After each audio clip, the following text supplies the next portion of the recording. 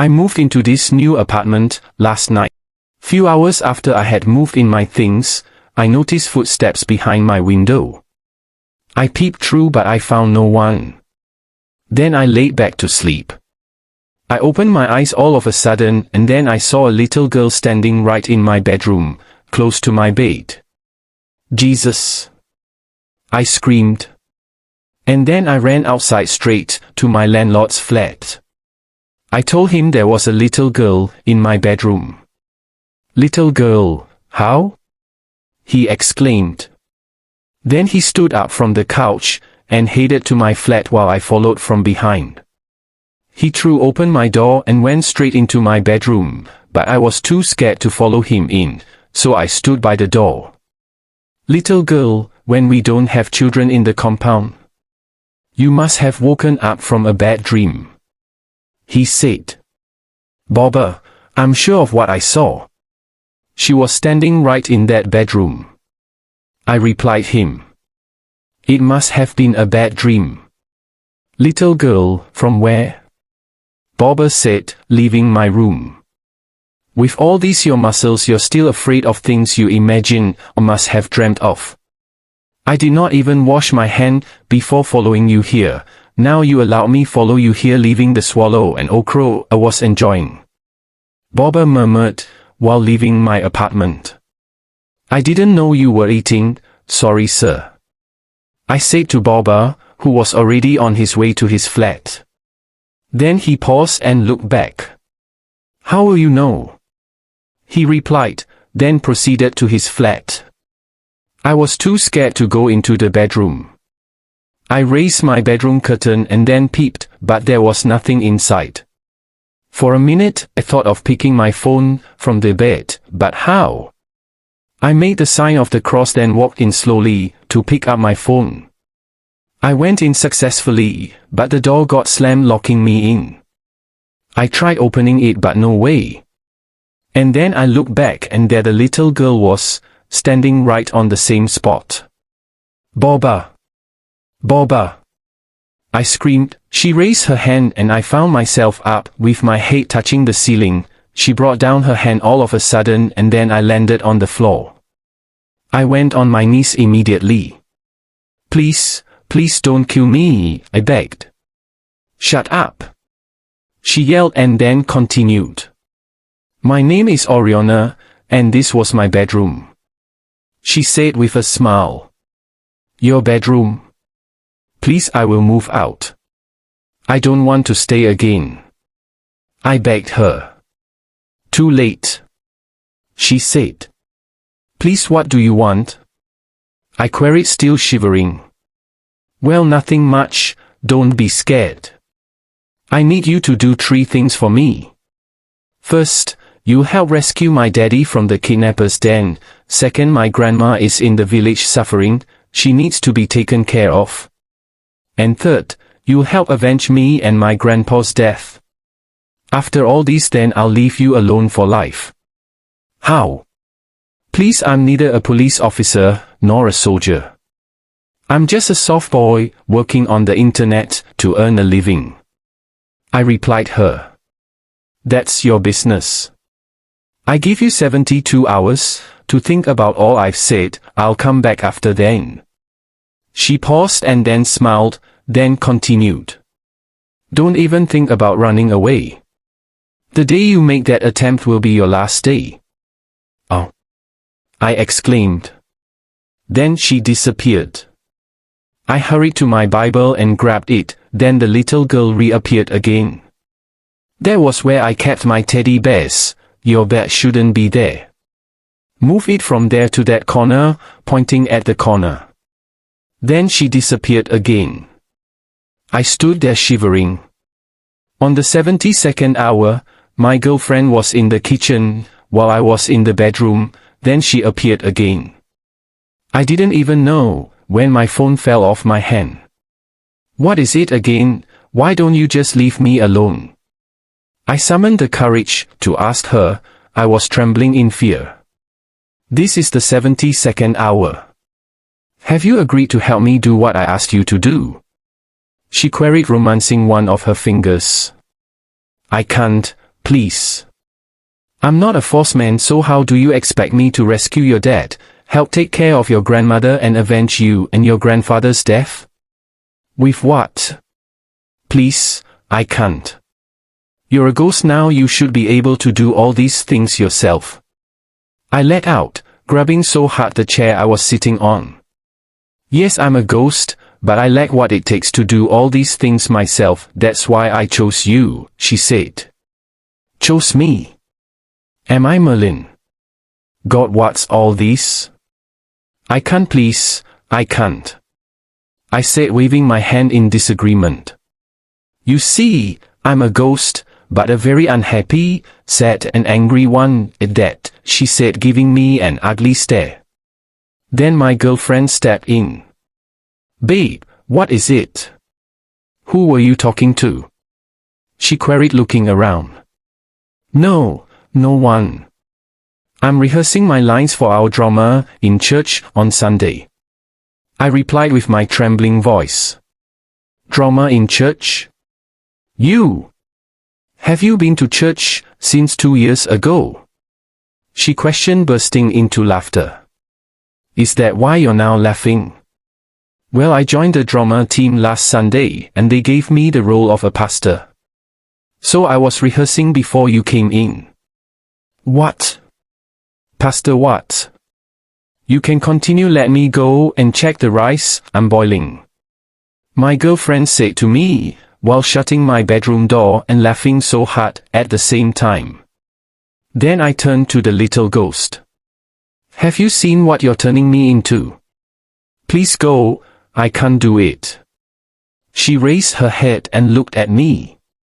No problems, I will go. But what if you sleep and don't wake up? O Christ of Nazareth. But I'm not responsible for your death now. I yelled. I know. You're just in for it. So will you? She questioned. Okay, what do you want me to do now? I queried, staring at her. Good. My grandma is in the village suffering. I need you to take money to her, she said. I looked at her in disbelief. Money from where? I don't have money, please. I said to her, looking away. No worries, please give me a minute, she said. She disappeared and then reappeared, after a few seconds, with a small bag. Take, that's money in there. You will help give that to my grandma. When she asks you who gave it to her, tell her it's from a good Samaritan and from someone she knows. Bring a pen and write down the address, she said to me. I hurried to my bag and brought out a pen, then wrote down the address she called. I raised my head to ask her if going there all alone was safe, but she had disappeared. The following day I traveled down to her grandma's village with the address she gave me. What's her name again? Oh, Orona. I knocked on the door and an old woman of about 70 years old opened. She was looking lean, pale and haggard at the same time. I told her whom I was looking for and she confirmed she was the one. I handed her the small bag and told her that a good Samaritan had asked me to give it to her. A good Samaritan? She asked while opening the bag. But as soon as she saw the money, she dropped the bag all of a sudden, picked it up again and then stretched it forth to me. Please, I can't take it. Though it's been long I saw this kind of money, and even though I'm starving and it's been long I had a decent meal, I'll keep on managing till God finally takes my life. I can't take it. Mama, please keep it, it's from someone you know. I'm just an errand boy and don't worry, all will be well. I assured her. Tears rolled down her wrinkled face as she held the bag so tightly on her chest. Then I turned and left. Thank God, at least, -1, maybe 2 left. So that this ghost girl will just leave me alone in peace. I thought to myself. I got home that day looking very tired. I opened the gate to my compound and I saw my landlord with his domestic workers and his sons, in the company of some police officers. Then I walked up to my landlord. "Bobber, what's happening?" I questioned. "My dear, it's the business money I brought home 2 days ago. I kept it in my small bag, then hid it in my wardrobe. How the bag disappeared, I don't know. A whole 1.7 million naira developed wings and flew away. Let them go and torture these ones that are in my house forming whiskey and Davido first. I'm sure they and their girlfriends know something about it," he said, pointing at his sons. "That's serious," I replied. Bobber continued. "Very serious. If they don't confess, I will pack all of them to Ejibo to go and swear. You people don't know anything." And then, he turned to me. "Or do you know anything about it?" "Me? No, oh please. I don't know anything," I replied while I hurried to my flat. The following day, very early in the morning, I was still in bed when I heard a very loud music coming from my living room. I jerked up all of a sudden, paused for a minute, then tiptoed into the kitchen. I grabbed my frying pan, tiptoed into the living room and hid behind the curtains. Then I heard a very loud laughter. It came from behind. It was the little ghost, Orona. "Stop scaring me, please. What is it and what do you want again?" I questioned with the pan raised above my head. I was already shivering. "So if it were to be a thief, what would you have been able to do with this pan?" She giggled, pointing at the pan. "Forget, you don't know how skillful I can be. What are you doing here this early, or you don't do chores in your world?" I questioned, looking at her as I lowered my hands, but her gaze was fixed on the TV. "Ghosts watch TV too?" I asked, laughing. "I need you to help rescue my dad," Orona said, turning to me. "Oh, this one go hard," I muttered. "How did you even get into all this water in the first place? What happened? I mean, who and what killed you and your grandfather, then kidnapped your dad?" I asked. "The who, I'll tell you soon." "Then the what killed us?" she asked with a sigh. 2 days after my dad and I returned from the UK, 3 armed men broke into our house. I was in the living room with my dad and my grandpa. They shot my grandpa. As soon as I saw him fall to the ground in the pool of his own blood, I ran to the man who shot him and bit his hand, so he shot me and I died. But my grandma was in the kitchen when they came. They didn't know she was there when they took my daddy away." "What? That's serious. What about your mom?" I asked. "Daddy said she died while giving birth to me," she replied. Oh, so sorry about that," I pleaded. "That's okay. So what's your name and what do you do?" she asked. "My name is Nagua Daniels, but you can call me UG. As per what I do, well, I'm a soft boy, like I said, a content creator." "Okay, Uncle UG," she said. "No, you can call me just U.G, that's fine," I told her. Then Orona continued. "Help rescue my dad. I promise you won't get into trouble." "But how do I do that?" I asked. "Don't worry, I'll come back tomorrow, then tell you how," she replied. "Please, the money you gave to me yesterday for your grandma, where did you get it?" "Hope it's not what I'm thinking." "It's none of your business. You'll find answers to your questions when the time is right," she said. Then I heard knocks on my door. I peeped through my window and saw my landlord with some police officers waiting for me to open the door. I looked back, but the little Orona was gone. The frying pan fell off my hand immediately. "I'm finally in for it," I muttered to myself with hands on my head. "Open this door. Where is that boy that looks like something that fell off from the tree?" My landlord yelled, banging on my door. Out of fear, I grabbed my door handle and unlocked the door. Why did it take you so long to open the door? You boys of nowadays lack respect. I have been here for close to 5 minutes and you want to tell me that you just heard my voice? Bobber, landlord thundered. Bobber, good morning, I greeted reluctantly. Good morning for where? Look at the time, you're just waking up, he said, checking his wristwatch. Later, you will dress up wearing expensive things and go out as if you're Tony Alumalo's grandson. You'll say you're a creator on social media. How you make money, I don't know. See, that's your business. My friend, is Dapo my son here? He escaped from the police cell last night and we've been looking for him. Landlord revealed. I have no business with Dapo, your son. He has never been to my flat, please. Maybe you should check elsewhere. I let out, keeping a straight face. Is it your landlord you're talking to like that? With your eyes like that of a thief. Landlord barked out of anger while staring at me. Sorry, sir. I cut in, bowing my head. Sorry for yourself, stupid boy.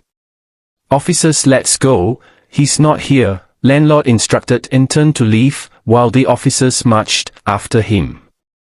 Useless man, I cursed under my breath. Bobber looked back immediately, and I froze. What did you say? He queried. Nothing, sir, I responded sharply, then hurried into my room and shut the door, and there the little ghost was again, standing right there in the same spot. What if I had gotten into trouble? You just disappeared like that. I barked at her. I knew such wouldn't happen. Tomorrow you'll be on the mission to help rescue my dad, she said. I looked at her, stunned. What have I gotten myself into? I asked rhetorically. Please, can you choose another person to do this? I queried, almost in tears. I'll be back tomorrow morning to lead you to him. Please, be ready as early as possible, she said. To who? I asked, popping my eyes, and then she disappeared. I stood there confused like a kid who had just lost a coin and didn't know where exactly. The following day around 9 a.m., she appeared in my room. I was already dressed waiting for her, sitting on my chair without a choice. I got startled as soon as she appeared, with a hand on my chest and panting. You scared me, I managed to say. Impressive. You are already dressed? She questioned with a broad smile. I had to do what I had to do to avoid the wrath of a ghost. So, what's up? I queried, trying to put myself together. Okay, we're heading to Wreaks Mall, she said. Wreaks Mall? I don't understand. Do you want to buy anything? I queried. Nothing. Just go, I'll meet you there, she said and disappeared. I got up and headed to Wreaks Mall. It's about 2 hours drive from my place. When I arrived there, I stood somewhere waiting for the little ghost Orona to tell me what next to do, but I waited for almost 2 hours and she didn't show up. Then I decided to return to my place. I bumped into this man. His car key fell off his hand as soon as I did. I picked it up and handed it over to him. I'm sorry, sir, I apologized. He nodded. As I turned to leave, Orona appeared. What took you so long now? I queried angrily. She apologized reluctantly. That man you bumped into, he knows the whereabouts of my dad, she said. What? How? That's the owner of Wreaks Mall, I said, pointing towards the direction he went. Orona cut in. He'll soon come out. Please, ensure you follow him without his knowledge to wherever he goes. Once you get there, I'll tell you what next to do. Don't worry, after all this I'll make it up to you, she said, smiling, then disappeared again. I'm finally in for it. I said to myself, shaking my head. I waited patiently for the man to come out. He did after like 20 minutes. He entered his car and drove out. Then I called a bike guy and instructed him to follow the man. After like 40 minutes of driving, he finally arrived in an isolated area, stopped in front of this house and hooted. A very hefty man opened the gate. I almost mistook him for Gentle Jack. Then he drove in.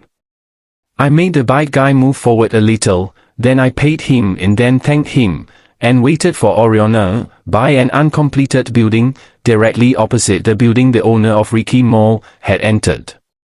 I looked back and there she was, standing right behind me and grinning. "Go inside the building," she instructed. "What? You must be crazy. How? You want this beast by the gate to use my head for pepper soup? I have mouth very well, but you see strength I don't have," I thundered. "You will have to go in, don't worry, you'll be fine," she assured. I looked at her and shook my head, then I moved closer to the gate, but the gate was slightly open, so I sneaked in. "Who is that?" I heard. To be continued. Please subscribe to this channel so you can be notified when the remaining episodes drop. Thank you for watching.